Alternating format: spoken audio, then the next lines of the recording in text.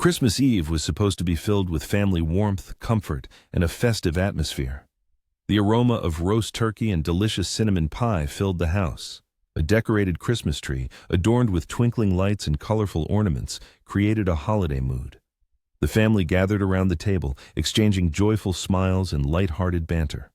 However, in the midst of this happy moment, my father-in-law, Conrad, leaned back in his chair, fixed his gaze on me, and with a smug grin uttered, "So how does it feel to be a loser?" His words, like a sharp dagger, pierced the atmosphere of general merriment. A burst of laughter rippled through the room, sparked by his sarcastic remark. My brother-in-law, Devin, nearly choked on his wine from laughing. My mother-in-law, Helen, tried unsuccessfully to suppress a smile, and even my wife, Leora, nervously chuckled, attempting to ease the tense situation. But I didn't share their amusement. I froze in place, feeling the intense gaze of my son, Owen, whose wide eyes seemed to await my reaction. Gathering my composure, I forced a smile and calmly retorted, "How does it feel to realize that this very loser will no longer be paying your bills?" Instantly, a deathly silence fell over the room. The laughter ceased as if by magic. Conrad's face paled, and the smug grin instantly vanished from his face. And for the first time all evening, he was speechless. The day had begun like any other festive morning. Leora and I woke early, when the house was still quiet, broken only by the soft hum of the heating system. Our son, Owen, burst into our bedroom before sunrise, filled with impatient excitement, and began tugging at the covers, demanding attention. "Daddy, Mommy, it's Christmas! Can I open just one present before we leave?" he pleaded. His little face beamed with joy, his hair askew, and despite my tiredness, I couldn't refuse him. We allowed him to open one box, and when he pulled out the toy truck he had dreamed of for so long, his joyful squeal filled the house. For a moment, everything seemed perfect, but I knew what the evening would bring. I knew what awaited us at Conrad's house. Christmas there was never just a holiday. It was a carefully orchestrated performance, where Conrad played the role of the proud patriarch, unleashing barbs and ensuring everyone remembered who was in charge. The other family members preferred to ignore that the life Conrad paraded as his personal achievement was kept afloat solely by my support. It was I who subtly paid the bills he couldn't afford, transferred money for home repairs he couldn't manage, and even wrote checks covering Devin's college tuition. He took it for granted, as if I owed him simply because I married his daughter. The drive was filled with tense silence. Leora sensed my internal struggle, despite my attempts to hide it.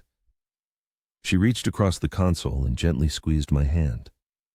"I know this evening is always hard on you," she whispered softly, "but thank you for doing it. They need us." She spoke out of love and compassion. For years she had watched her mother suffer due to Conrad's pride and ill-advised decisions. She had seen Devin live carelessly, relying on generous handouts, never once offering gratitude to the one who constantly came to his aid. She genuinely believed that helping them was the right thing to do, that family entailed mutual sacrifices. I wanted to believe it too, but with each passing year, the burden grew heavier. As we pulled up to the house, it looked warm and welcoming. Garlands framed the roof, a glowing Christmas wreath hung on the door, and as soon as we stepped out of the car, we heard the sounds of soft Christmas music. Inside, Helen was the first to greet us. She had always been a kind and gentle woman, with a soft voice and a welcoming smile. She hugged Owen tightly and whispered, "Happy Christmas, dear." She hugged me too, but there was always a certain hesitation in her embrace, as if she wanted to say something but never quite dared. Devin was already in the living room, glass in hand, slumped in an armchair as if he owned the place. He gave me his signature smirk, which conveyed that he knew perfectly well who funded his comfortable life, but would never admit it aloud. "Hey, old man," he casually tossed out, raising his glass. "Glad you could make it. Hope work isn't wearing you out too much." His words dripped with feigned concern that made my fists clench. Conrad was the last to appear, his entrance as loud and boisterous as ever. He slapped me on the back so hard I nearly spilled my drink. "Ah, my son-in-law," he proclaimed boisterously. "Hero of our time, humble and unassuming. Always working, never complaining. Don't worry, we'll relax and entertain you tonight." Everyone laughed in unison, and I politely smiled. But inside me, a familiar feeling of dread and irritation was building. An oppressive sense of foreboding hung in the air. The Christmas dinner was magnificent. Helen, having spent the entire day at the stove, had created a culinary masterpiece: succulent roast turkey, fluffy mashed potatoes, tangy cranberry sauce, and fragrant pies that filled the house with warmth and comfort. Owen, seated beside me, eagerly glanced alternately at the feast and at the gifts twinkling under the decorated tree. His childlike innocence served as a reminder of why these arduous evenings were worth enduring. He deserved a true Christmas miracle, even if it meant swallowing my pride. An atmosphere of polite conversation settled over the table. Devin proudly recounted a new position he had secured through Conrad's influence, a position he gained solely through connections, not professional skill. Helen shared her impressions of the church service. Conrad, as always, interrupted everyone, eager to be the center of attention, telling tall tales of his supposed accomplishments and posing as the family hero. In this setting, I tried to remain inconspicuous, chewing my food, smiling when appropriate, laughing when expected. But inwardly, I tallied the sacrifices, exhausting overtime, depleted savings, forfeited well-deserved rest, all so Conrad could sit blithely at the head of the table and exude self-satisfaction. Memories resurfaced: Conrad's medical bill after his heart attack, for which he never offered a word of thanks, repairs to the leaky roof, for which I wrote the check, yet he took credit, Devin's tuition payments, each a painful reminder that Conrad's pride came straight from my pocket. Leora cast surreptitious, sympathetic glances at me, gauging my patience. She knew exactly the toll this forced presence took on me. She loved her father, but wasn't blind to the truth. She was caught between a rock and a hard place, and I didn't blame her for it. This was her family, her blood. I was an outsider who had given too much, receiving nothing but disdain in return. Yet, I reminded myself of my mission, for Owen, for Leora, for the elusive hope of a family, even if one-sided. I convinced myself I could endure one more evening, swallow a few more barbs, and that all this suffering would be rewarded when the night ended and we returned to our quiet home. But watching Conrad, roaring with laughter, glass held high, unleashing increasingly biting jokes, I felt something shift inside me. For years I'd told myself I was doing the right thing, that selfless help was a sign of strength. As the evening wore on, a realization dawned. I wasn't earning respect. I was merely enabling their sense of entitlement, and I knew something had to change before the night was over. The initial minutes of dinner were a familiar family bustle. Dishes clinked and Helen insisted on seconds. Owen, content, sat beside me, devouring mashed potatoes and humming a Christmas tune he'd heard on the radio. For him, this evening was the embodiment of a child's Christmas dream: delicious food, loving family, and the anticipation of presents beneath the tree. Watching him, I tried to calm myself, but my eyes involuntarily drifted back to Conrad, anticipating the inevitable moment. Conrad could never tolerate silence. He filled every pause with stories and jokes, often at someone else's expense. This evening was no exception. He started with innocuous teasing. He chided Helen for slightly overcooked turkey, mocked Devin for not helping around the house, and even joked about his own expanding waistline. Everyone laughed, enjoying the simple entertainment. Then, as it often did, his attention shifted to me. He inquired about my job with that deliberately casual air that always masked an ulterior motive. I answered honestly. The job was stable. I was grateful for what I had. I earned enough to provide for my family. He nodded, but immediately turned it into a farce. "Stable job, you say?" he pronounced, raising his glass. "That's just another word for boring. A man works, and what does he get? No fancy car, no yacht, no luxurious mansion, just stability. Isn't that right, folks?" Laughter rippled around the table. Devin guffawed the loudest, shaking his head as if he couldn't fathom such an existence. Helen, with downcast eyes, pretended to meticulously carve the turkey into ever smaller pieces. Leora touched my leg under the table, silently pleading for me to ignore him. I offered a faint smile and took a sip of water. I told myself I could endure it, but the words stung. I worked myself to the bone, forfeited vacations, and saved every penny, not out of a lack of ambition, but because a significant portion of my earnings went to keeping Conrad's house in order. To hear him portray me as insignificant and unworthy caused a painful clenching in my chest. Fueled by the general laughter, Conrad leaned forward, elbows on the table, and his voice boomed, "You know what I like about him?" He jabbed a finger in my direction. "Reliability, always there, always pays the bills, a golden son-in-law you can count on for anything." To an outsider, it might have sounded like praise, but I knew the true meaning of those words. He was once again reminding everyone that I picked up the pieces of his failures, that I subtly funded his boasting as a provider. This notorious reliability was the chain that shackled me to the altar of his excessive pride. Devin erupted in laughter again, raising his glass to me, "To the guy who carries this whole crowd. Without him, we'd all sink." His smirk left no doubt that he found it amusing. Leora, flushing with embarrassment, tried to stem the tide of sarcasm. "Enough, Devin." She cast an imploring glance at her father, but Conrad merely waved her off. "Oh, come on, darling, we're just fooling around. He knows I'm joking, right, son?" Conrad addressed me, his face flushed from the wine and merriment. I merely nodded, gritting my teeth. My son watched me intently, his fork frozen halfway to his mouth. He was too young to grasp all the nuances of what was happening, but he sensed the falseness. Children always do.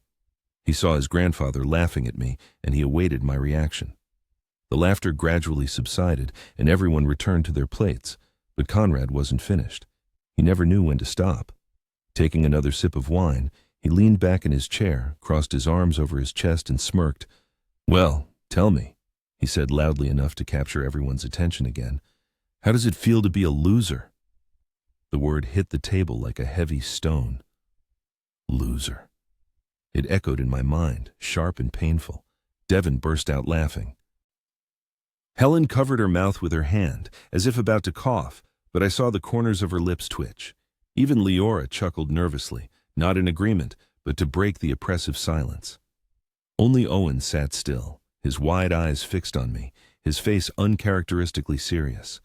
In that moment, I realized it wasn't just about swallowing my pride once again for the sake of peace. It was about the example I was setting for my son.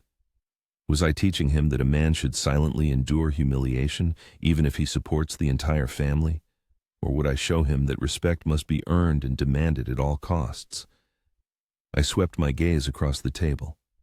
Conrad was still smirking, expecting me to play along and laugh at myself. Devin slumped in his chair, smug and satisfied. Helen kept her eyes down. Leora's face was pale, and her hand trembled slightly as she gripped her glass. I felt the warmth in my chest give way to cold determination. Years of sacrifices, countless checks, sleepless nights of work. It all suddenly became crystal clear. This was no joke. This was the moment I had to decide if I would let them continue to see me as nothing. I smiled, not from amusement, but from certainty. I knew exactly what I was going to say, and I knew it would change everything. As Conrad's laughter echoed through the dining room, a strange calm enveloped me. The word loser hung in the air. But instead of hurting, as he intended, it brought clarity. For years I had sat at this table, biting my tongue, pretending his jokes were harmless, pretending his words didn't sting. But this time was different. My son was watching. Owen's eyes were fixed on me, seeking a lesson in how to handle an insult. If I remained silent again, I would be teaching him that a man could sacrifice everything and still be disdained. That was not the lesson I wanted him to learn.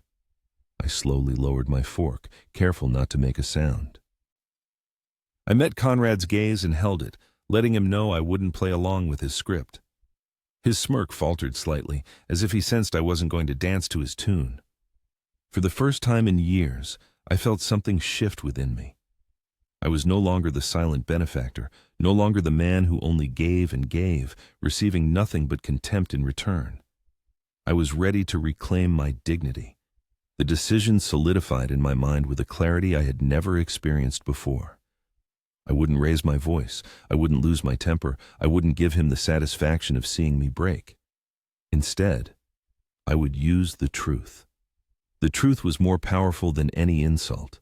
It was the truth that kept him well-fed and well-dressed, the truth that kept his house standing, the truth that allowed him to play the patriarch while I played the ghost.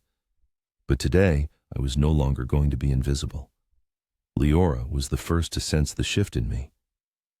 Her fingers tightened on my leg under the table, her gaze growing more anxious. "Please don't," she whispered, but it was too late. I gave her a look filled not with anger, but with unwavering resolve. This wasn't about vengeance, it was about rectifying a wrong. Memories flooded my mind, leading up to this breaking point. Helen's tearful call about a past-due mortgage, and my immediate transfer of funds without question, paying Conrad's hospital bill after surgery to save him from debt, the countless sums from my savings that disappeared into Devon's tuition, for which I never received a simple thank you. These recollections fueled not rage but a conviction in the rightness of my decision. Conrad's smug grin, interpreting my silence as weakness, was the final straw. "See, he knows I'm right. Good man, he can take a hit and keep smiling. That's what I appreciate about him. He knows his place," he declared. Those words were the catalyst. He mistook my silence for subservience, my patience for weakness.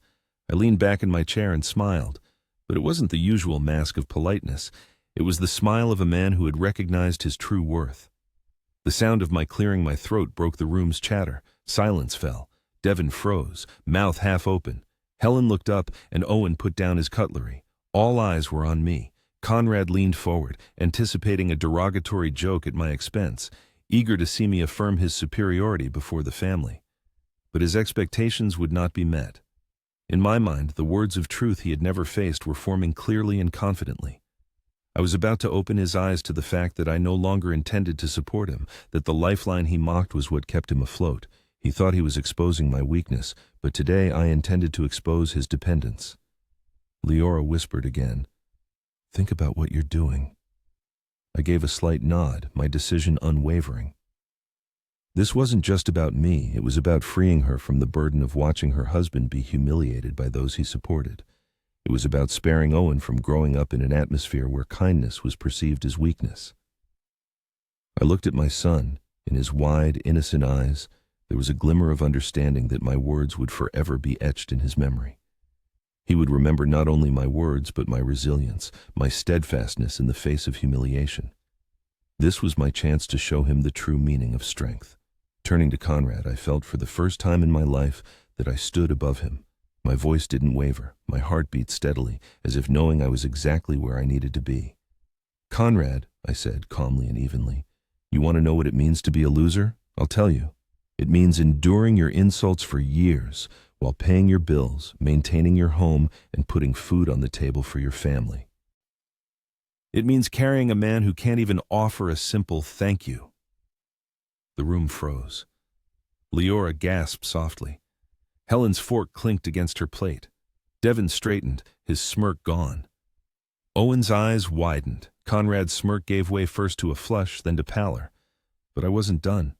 The turning point wasn't just in speaking up, but in breaking the cycle. I leaned forward slightly, calm and assured. "And as of tonight, I feel free," I said, "because this loser is no longer going to be paying your bills." Silence descended, thick and suffocating. For the first time in years, Conrad was speechless. His face was pale, his mouth opening and closing without a sound. The power he clung to had crumbled in an instant. In that silence, I felt a heavy weight lift from my shoulders. My decision was made. There was no turning back. The words had left my lips like a stone dropped into still water, and the ripples instantly spread through the room. For years, Conrad had dominated the table with his voice, his laughter, and his biting remarks, but now silence reigned. The only sound was the soft strains of Christmas music from the living room speakers. Conrad stared at me, his face a mixture of disbelief and shock. Helen's fork clattered onto her plate, and she froze, her eyes darting frantically between Conrad and me.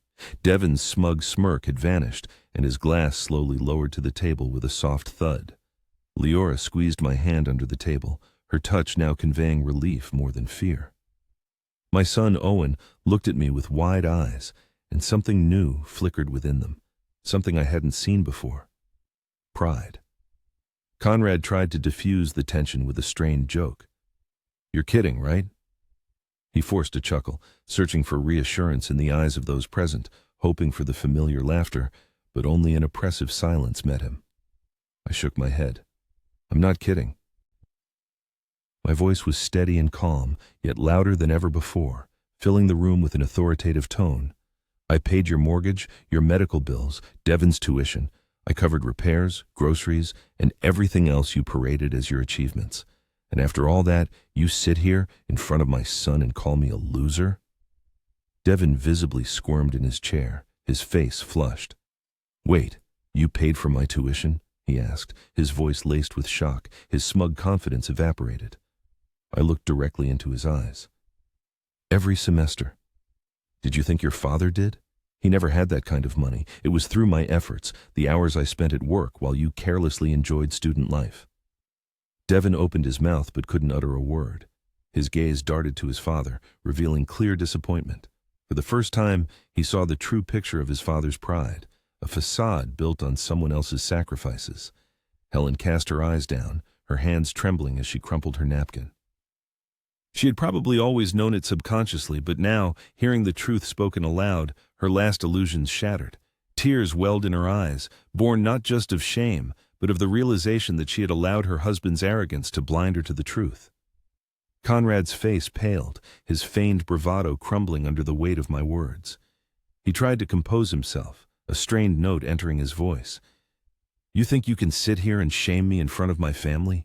You think you can just walk away after all I've done for them? All you've done? I leaned forward, my voice sharp but controlled. You only took, you mocked, you parasitized me, pretending to be superior. You humiliated me while depending on me. But that ends today. The tension in the room shattered like fragile glass. Leora, who had remained silent until then, finally spoke, her voice firm and resolute. Dad, he's right. You've treated him terribly, letting him provide for our family.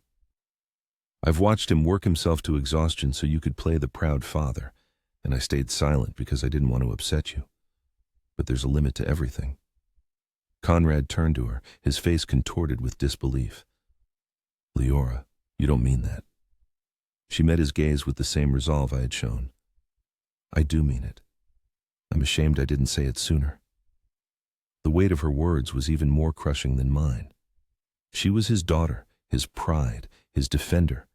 To hear her stand by me and acknowledge the truth, something inside him broke. He looked at Helen, but she offered no solace. He glanced at Devon, but he sat motionless and silent, his face pale. Owen shifted beside me and broke the silence with his childlike voice. Daddy's not a loser.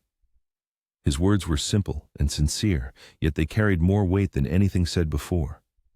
Everyone turned to him, a small boy at an adult table, who in that moment spoke truth in its purest form. I gently hugged him and said, You're right, Owen. I'm not a loser, and never let anyone make you feel worthless when you know the truth of who you are. A ringing silence hung in the room, broken only by the soft twinkle of Christmas lights. Conrad, usually overflowing with wit and confidence, was speechless for the first time in years. His domineering persona, cultivated over years, crumbled in an instant. Rising from my seat, I slowly pushed back my chair. Enjoy your meal, I said calmly but firmly. From now on, you'll manage without my help. Conrad's lips trembled as he tried to speak, but the words caught in his throat. He looked at me, utterly defeated, all arrogance drained from his face. In that moment, it finally dawned on him what he had lost. Leora stood beside me, her hand slipping into mine. With one last look at her father, she said with uncharacteristic firmness, We're done, Dad. We've carried this burden for too long. Taking Owen's hand, we headed for the door. The silence at the table spoke louder than any words. For years, Conrad had mocked me, confident I would never dare to object, that I would silently bear the burden. But today, the situation had fundamentally changed. The man he considered a loser had taken away what sustained his inflated ego, teaching him a lesson he would remember for life. The drive home that night was unlike any Christmas spent at Conrad's house. A light snow dusted the quiet streets, and inside the car, a peaceful silence reigned, not oppressive, but liberating. For the first time in years, I didn't feel the weight of shame or resentment.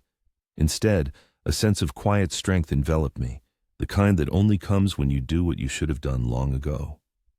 Owen, in the back seat with his beloved toy truck, looked out at the world with the eyes of a child who had witnessed something profound.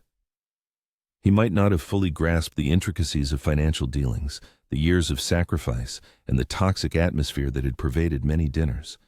But one thing he understood clearly. His father had acted with dignity. He had seen me refuse to let anyone disrespect me, how I had spoken the truth without fear. That was enough. It was a lesson for life. Leora leaned against me, resting her head on my shoulder.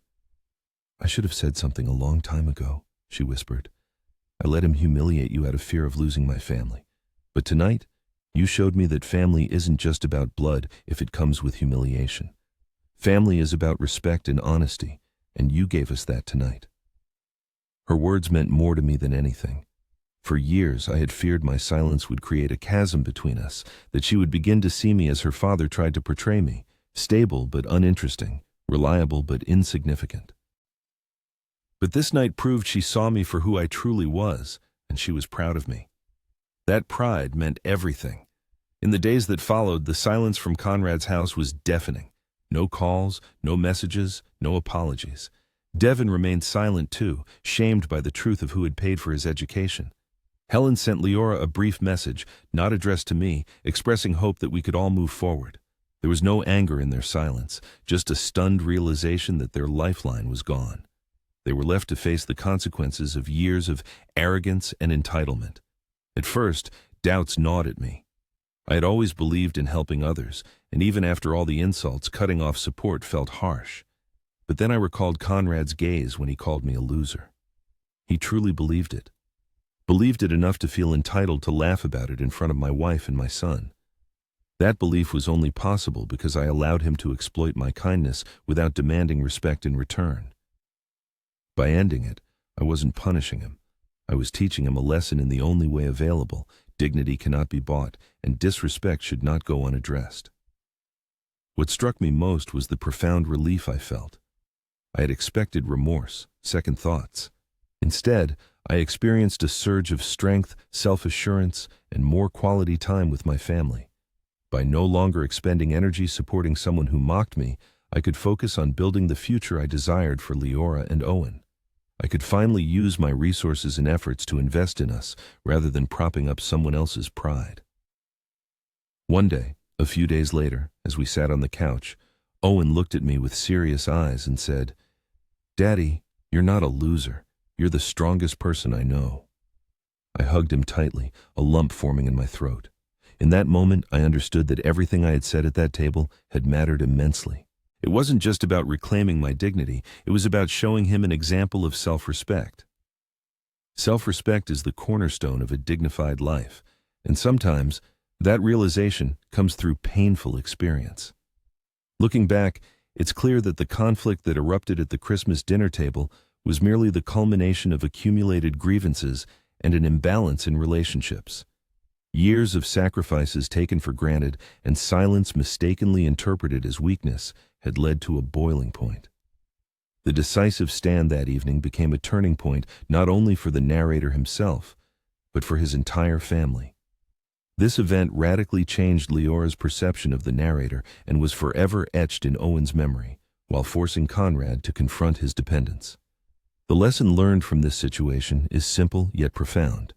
Caring for others loses all meaning if it undermines one's own self-respect. Helping loved ones is a noble endeavor, but when that help becomes a breeding ground for disrespect, it poisons the atmosphere for all involved. True strength lies not only in the ability to carry a heavy burden, but also in the wisdom to know when to set it down. If you ever feel that you are giving your all and receiving only mockery and disdain in return, it's crucial to remember this. Silence might maintain the appearance of peace, but it also convinces others that sacrifices are their right, to be exploited with impunity. The moment a person finds the courage to speak the truth, they reclaim not only their dignity, but also control over their destiny. That Christmas dinner marked the end of one chapter of life and the beginning of a completely new one. The narrator ceased to be the silent provider for his family, transforming into a man who firmly asserted his right to respect. It was in that moment that he became the example he wished to leave in his son's memory for a lifetime, an example of a person who stands up for his principles and dignity.